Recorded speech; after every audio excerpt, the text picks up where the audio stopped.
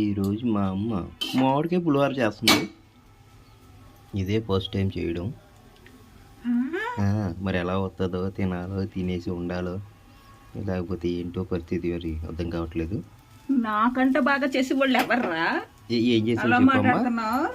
ఎలా చేసావు చెప్పమ్మా. 2 పచ్చిమిరకాయలు, 2 ఎండుమిర్చి, కొద్ది కరివేపాకు, కొద్దిగా మినపప్పు, కొద్దిగా పచ్చెనపప్పు, ఆవాలు తాలింపుల్లో వేసి నూనె వేసి నూనెలో తాలింపులో ఇవన్నీ వేసుకుని అప్పుడు కొద్దిగా పసుపు వేసి బాగా ఏగనిచ్చినాక అన్నం వేసేసి దాంట్లో మామిడికాయ ముక్కలు వేసుకోవాలి. మామిడికాయ సన్నగా తరుక్కుని ఆ తురుము అందులో వేసుకొని కలుపుకోవాలి. అది మామిడికాయ పులిహోర.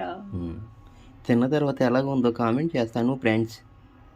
చాలా బాగుంటుంది. ఇలా మళ్ళీ మీరు వండుకోవాలి తినాలి అనిపించేలా ఉంటుంది.